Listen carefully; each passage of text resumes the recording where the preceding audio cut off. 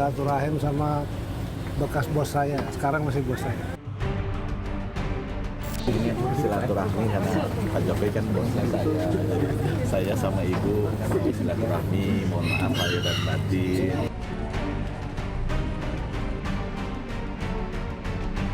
Yang ada adalah silaturahmi hari raya. Iya, namanya hari raya jangan dipolitisir. Ya, nanti tunggu pemilu, pileg, baru ada harinya. Jangan hari raya dijadikan hari politik.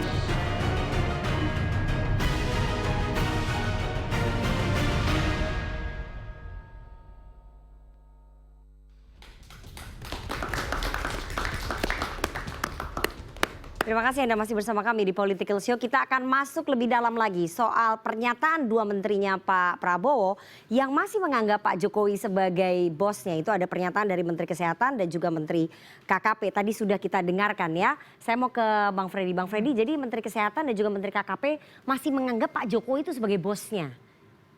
Ini kan menimbulkan tafsir yang sangat beragam ya di publik ya. Bahwa pemimpin tertinggi saat ini adalah Presiden Republik Indonesia Pak Prabowo Subianto. Ya.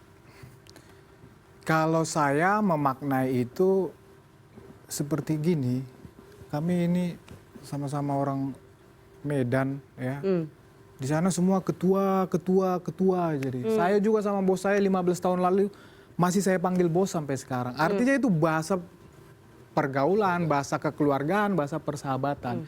Jadi kembali ke yang tadi, tidak ada di situ niatan politis apapun atau pesan kemanapun untuk menyampaikan itu murni memang bahasa silaturahmi, bahasa atau dalam pertemanan. alam bawah sadarnya memang masih menganggap Pak Jokowi sebagai bosnya ya? Belum Terserah. sepenuhnya menerima Pak Prabowo sebagai bosnya yang sekarang begitu? Menurut saya nggak ada yang salah di situ. Walaupun itu dianggap sebagai bosnya, bekas bosnya, menurut saya nggak ada yang salah. Di dalam alam bawah sadar kayak di dalam fakta kebenarannya memang dia masih tetap menganggap dia bosnya, tetap aja nggak ada yang salah di situ. Artinya secara itu pertemuan itu tidak, pertama kami yakin itu tidak diundang, yang kedua Pak Jokowi itu tidak mengadakan misalnya semacam open house atau itu tidak diadakan secara resmi misalnya momen-momen ketatanegaraan misalnya.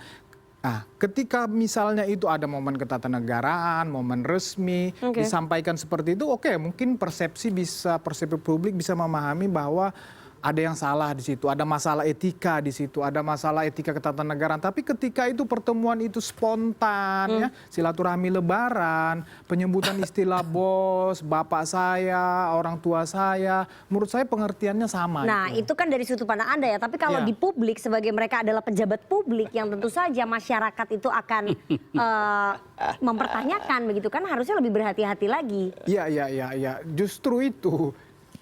Apapun disampaikan ya, kalau publik atau orang-orang yang tetap kontra, orang-orang yang sering disampaikan oleh Mas Adi ini, orang-orang yang tidak suka Jokowi ini, pembenci Jokowi ini, terus akan berupaya mengadu domba ini. Akan terus ya mau pakai isu apapun, akan berusaha terus mengadu domba Pak Jokowi dengan Pak Prabowo ini.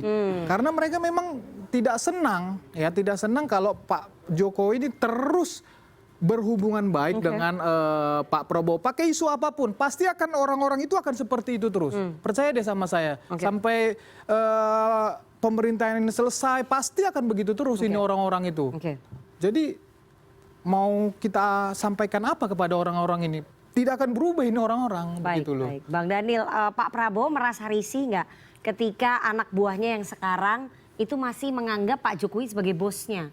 Padahal bos utamanya adalah Pak Prabowo. Pak Prabowo juga kan suka bercanda begitu. Pak Jokowi itu bos beliau, gitu kan. Jadi biasa saja, nak. Jadi secara kultural itu statement yang biasa. Apalagi kan Pak Treng kemudian Pak BGS nyampaikan itu di samping Pak Jokowi gitu loh. Jadi kira-kira ya untuk menunjukkan sopan santun segala macam. Etika ya, ini beliau bos saya, pertama kan mantan bos saya, sekarang masih bos saya gitu kan. Jadi kan itu secara kultural, secara psikologis nggak mau disebut mantan, kemudian tetap bos saya, itu kan statement yang biasa saja. Tapi kan itu menimbulkan tafsir. Iya, itu tadi tafsir. Pejabat publik kan harus lebih berhati-hati lagi. Itu kita pahami terkait dengan itu. Karena apa? Karena kan di dunia politik ini ada yang suka, ada yang tidak suka. Itu hal yang biasa. Nah, itulah sebabnya Pak Prabowo mewanti-wanti seluruh pembantu beliau supaya hati-hati dalam melakukan statement, apalagi di doorstop. Nah, kemarin itu saya kebetulan setelah statement Pak Prabowo untuk hati-hati itu, saya diminta untuk ngisi kuliah umum di Sekolah Staf Komando Angkatan Darat. Bahkan TNI saja mulai berpikir bagaimana para komandan-komandan batalion, komandan-komandan teritorial mulai berhati-hati. Saya coaching kan beberapa hari yang lalu. Maksud saya begini, dalam statement publik, para pejabat publik harus paham terkait dengan sensitivitas.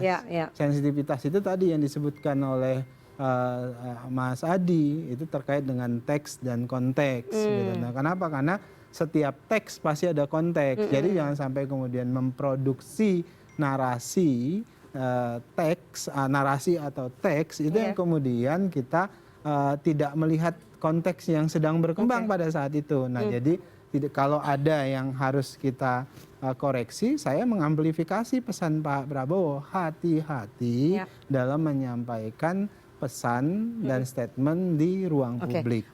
Pak Prabowo juga memberikan pesan kepada Menko Menteri Koordinator Pak Muhaimin Iskandar menyampaikan bahwa para menteri merapatkan barisan. Itu konteksnya apa tuh? Apakah setelah peristiwa itu seperti tadi disampaikan oleh Mas Adi? Konteksnya harus bekerja lebih giat lagi. Konteksnya dalam menghadapi banyak tantangan global misalnya saat ini harus rapat barisannya, safnya harus semakin rapat. Karena kalau safnya itu senjang begitu, maka setan akan masuk di situ. Nah, provokasi pasti akan masuk di situ. Nah, itu yang harus hati-hati. Oleh sebab itulah kemudian pesan itu sebenarnya adalah pesan persatuan dari Pak Prabowo. Kalian harus rapatkan saf, kalian rapatkan barisan supaya kemudian kita bisa menghadapi tantangan dari manapun. Ya, baik. Mas Seno, dengan menyebut Pak Jokowi sebagai mantan bosnya, itu menunjukkan apa ya, loyalitas ganda terhadap pemerintahnya Pak Prabowo apa enggak? Gini, Mbak Nana. Simbol masih setia dengan Pak Jokowi begitu. Baik, sebagai perspektif dari yang berada di luar pemerintahan dan bagian dari generasi anak-anak muda yang melihat pemerintahan kita hari ini, harus saya katakan tegas saja sebetulnya kalau boleh saya memberi masukan, itu tidak benar, itu salah gitu. Negara ini dibangun dengan suatu aturan yang clear gitu, kepada siapa harusnya visi, kemudian kesetiaan, loyalitas menteri itu dilakukan. Kalau yang bilang kayak kita begini, kemudian misalnya saya yang bukan siapa-siapa, rakyat biasa misalnya, teman-teman mahasiswa saling menyapa di organisasi dengan sebutan kelakar seperti itu mungkin tidak akan ada masalah. Tapi yang menyebutkan itu sebagai bos kan menteri yang di dalam tangan dan kebijakan dan ucapannya itu ada nasib sekian banyak rakyat gitu. Di dalam pikirannya ada cara untuk mentransfer bagaimana arahan presiden ke bawah loh. Kalau kemudian menteri sebagai anak buah presiden itu menganggap bahwa ada bos lain selain presiden, bagaimana rakyat kemudian bisa percaya diri terhadap pemerintahan ini berjalan di satu rel visi yang sama. Di tengah situasi seperti yang disampaikan Bang Daniel tadi, konteksnya adalah beberapa saat saja sebelumnya Pak Presiden menyampaikan evaluasi terhadap jajaran kementerian-kementerian dan anak buah Presiden, terutama di dalam konteks komunikasi publik yang dianggap Presiden secara terbuka ada banyak kekeliruan itu yang harusnya tidak dilakukan. Nah, dalam konteks itu sebaiknya untuk lebih menjaga dan berhati-hati. Kita ini negara, bukan ormas, bukan komunitas, bukan organisasi. Artinya dalam menyampaikan apa yang keluar dari para pejabat publik, artinya itu adalah pandangan negara. Kalau orang-orang yang duduk di jabatan negara itu menyampaikan seenak-enaknya sendiri, mungkin harus kita sama-sama bikin diskusi dan belajar bareng lagi sama teman-teman mahasiswa komunikasi ini untuk tahu harusnya tepatnya bagaimana nih di depan publik menyampaikan. Karena menteri itu jabatan yang strategis, menteri itu jabatan yang penting dan rakyat ingin melihat kedaulatan politik pemerintahan Pak Prabowo. Dan kesetiaan pada presiden, bukan pada orang-orang lain siapapun dia. Oke, baik. Saya bacakan ya. Ini ada concern dari Presiden ke-6 Republik Indonesia Pak SBY soal matahari kembar? Oke, dalam satu momen, ini bukan pertama kali ya Pak SBY menyampaikan ini. Sebetulnya kalau kita hitung sudah 3 kali Pak SBY menyampaikan ini. Saya sudah pensiun presidennya Pak Prabowo Subianto dan saya mengatakan tidak boleh ada matahari kembar. Ini disampaikan Pak Susilo Bambang Yudhoyono dan Pak SBY tidak menyampaikan ini 1 kali, tapi berkali-kali. Jadi artinya ada concern dari Pak SBY bahwa jangan sampai ada matahari kembar dalam pemerintahannya Pak Prabowo. Saya mau ke Bang Idrus ya, Bang Idrus. Menteri-menteri ini tidak merasa ya ada concern bahwa jangan sampai ada matahari kembar. Pak SBY aja concern loh. Jangan sampai ada matahari kembar. Jadi kan harusnya loyalitasnya ini hanya ke Pak Prabowo aja gitu loh. Jadi pertama saya ingin alur dulu ya dari pernyataan ini kan masalah bos.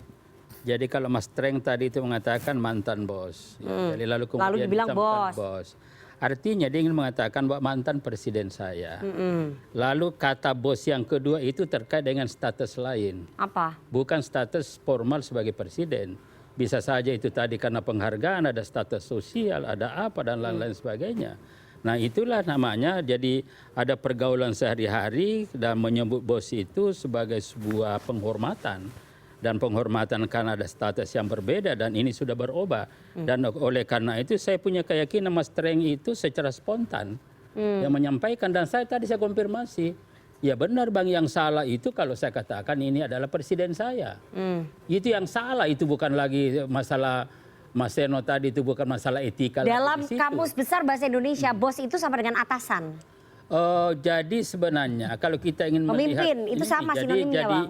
Itu sebenarnya dulu itu pelesetan dari bahasa itu adalah tuan sebenarnya. Kalau kita ingin mencoba melihat dari itu, lalu kemudian Belanda, lalu kemudian jadi bos itu untuk menghindari kata-kata tuan karena kalau berarti tuan maksudnya itu, Pak Jokowi tuannya ya? Nah jadi bukan itu, Tetapi karena itu kan menggunakan kata bos itu adalah sebagai sebuah bahasa yang digunakan untuk menghormati.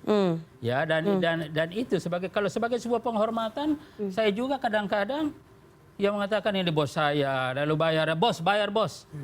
Nah itu kan ini kan satu bahasa yang mengalir saja seperti itu juga, dan kita juga masih saya dosen, saya juga mengajar adik-adik kita ini kadang-kadang ini adalah prof, adalah dosen, ini adalah bos. Kalau dalam suasana kita traktir, wah bukan lagi panggil sebagai prof. Kalau yang mengatakan itu rakyat biasa nggak apa-apa Bang Idrus, Iya, tapi ini yang mengatakan kan menteri, itu pejabat negara, yang pemimpin tertingginya adalah Presiden Prabowo. Memang perlu dikatakan warning dari Mas Daniel tadi itu bahwa kita harus berhati-hati karena di dalam merespon sebuah pernyataan itu juga sangat tergantung pada suasana kebatinan.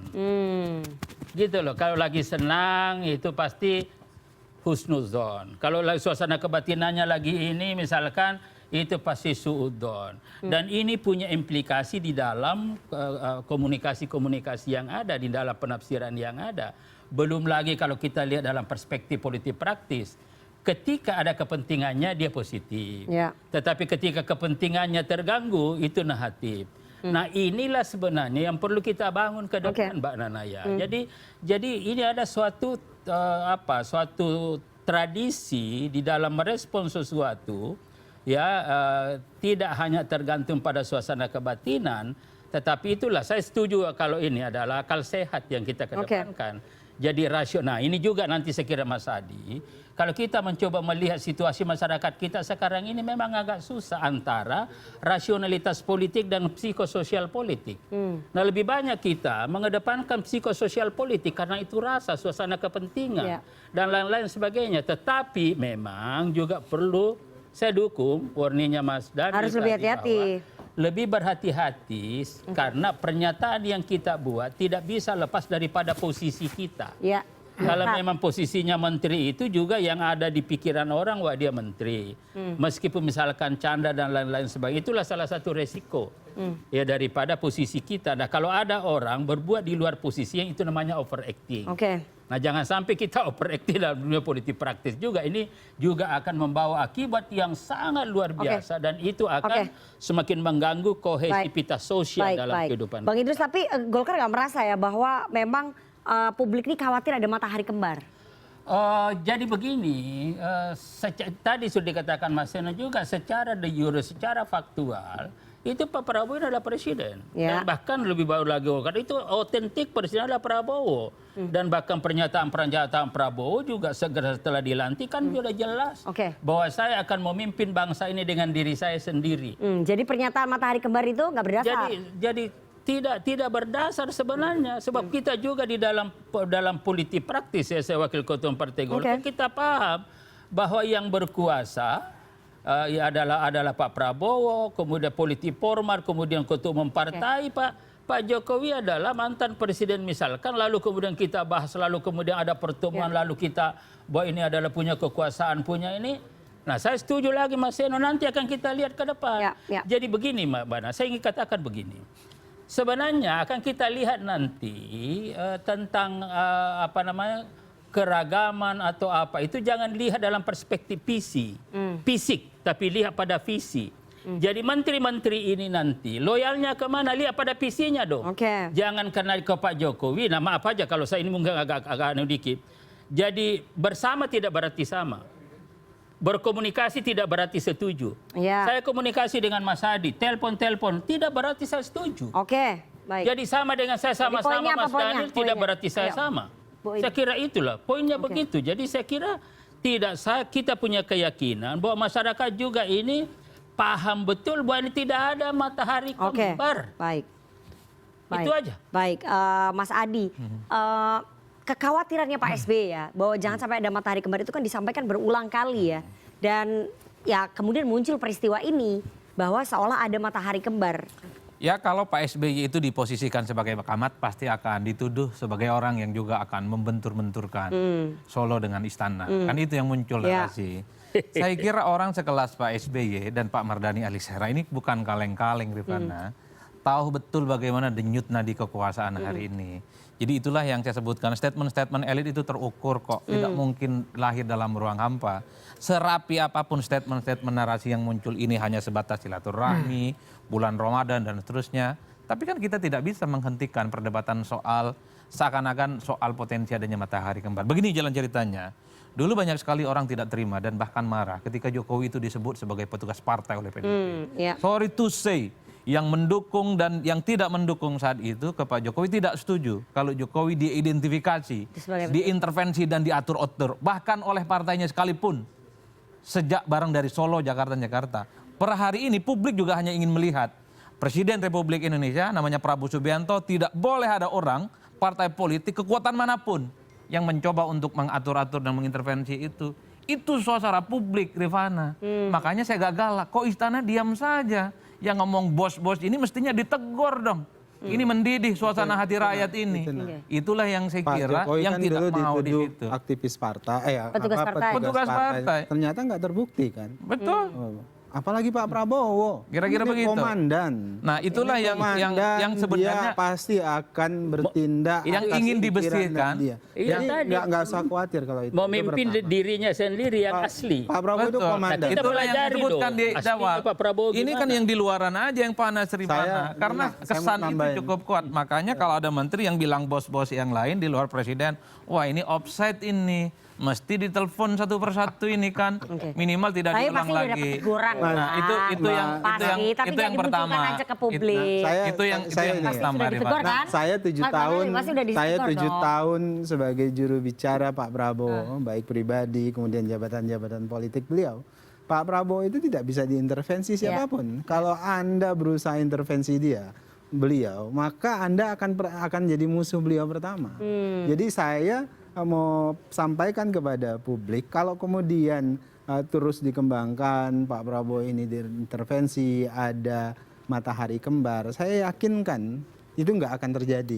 Kalaupun ada upaya misalnya narasi ada matahari kembar yang terus dikembangkan, mungkin adalah upaya supaya Pak Prabowo kesal begitu. Tapi Dan gini. saya yakinkan Pak Prabowo tidak akan terpengaruh dengan Tapi itu. menteri-menteri itu udah ditegur belum? Loh, kalau terkait dengan menteri-menteri itu yang tegur, tentu Pak Prabowo yang paling tahu. Saya nggak Tapi punya begini, kapasitas Nana. untuk itu. Saya sedikit Tapi yang jelas begini, menteri dan para menteri juga paham bahwasannya, misalnya dalam kasus Pak Treng, memang gaya Pak Treng itu begitu kan.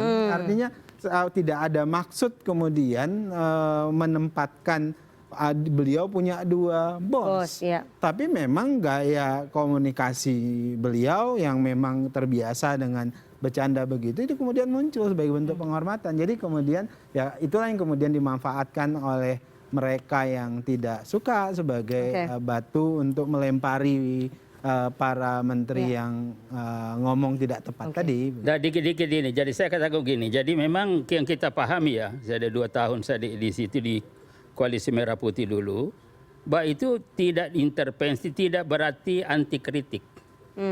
Tetapi Pak Prabowo adalah sangat terbuka untuk menerima masukan-masukan. Yang penting rasional, objektif, dan faktual. Dan oleh karena itu kita lihat sekarang langkahnya kan, langkah yang dilakukan oleh Pak Dasko itu untuk melakukan komunikasi politik atau komunikasi apapun namanya dengan kelompok-kelompok kritis, sebutlah misalkan Rocky Gerung dan kemudian ini kan tidak mungkin ini dilakukan tanpa perintah atau minimal ada sinyal dari Pak Prabowo gitu loh. Jadi artinya semua gitu loh. Oke. Mas Adi mau menambahkan sedikit? Ya saya kira kalau kita mau jujur ya, semua menteri Kita jujur kok Mas Adi, jangan kalau kita mau jujur, kita jujur. Saya ingin mempertegal bahwa semua orang yang di sini itu jujur. Ya jujur. Bahwa saya kira semua menteri dan wakil menteri itu punya bos Rifana. Menteri-menteri dari partai saya kira ketua umum partainya itu adalah bos mereka. Betul. Tapi secara explicitly mereka tidak pernah mengatakan sejak dia menteri, wakil menteri tidak pernah secara terbuka ini adalah bos saya. Ini tentu untuk menjaga suasana kebatinan publik. Bahwa kesan-kesan yang dimunculkan itu hati-hati. Apalagi beberapa waktu yang lalu Pak Prabowo itu kan reminder, ini kan soal komunikasi kepada publik.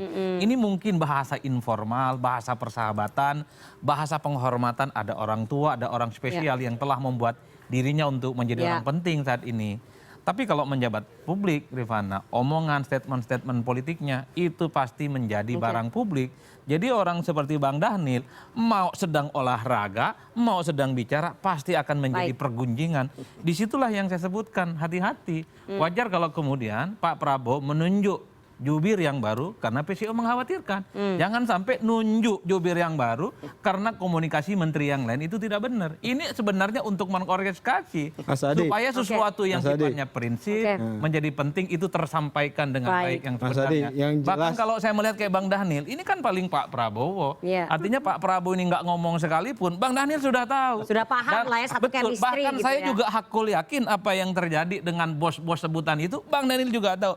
Cuman pura-pura adem Rifana, tentu untuk menjaga suasana supaya politik kita baik-baik. Semua baik-baik. Dan itulah yang saya ingin sampaikan. Ayolah terbuka. Kalau marah-marah aja. Tadi kan yang dari partai-partai itu kan pasti punya bos. Yang pasti cuma punya satu bos itu adalah kami kader Gerindra.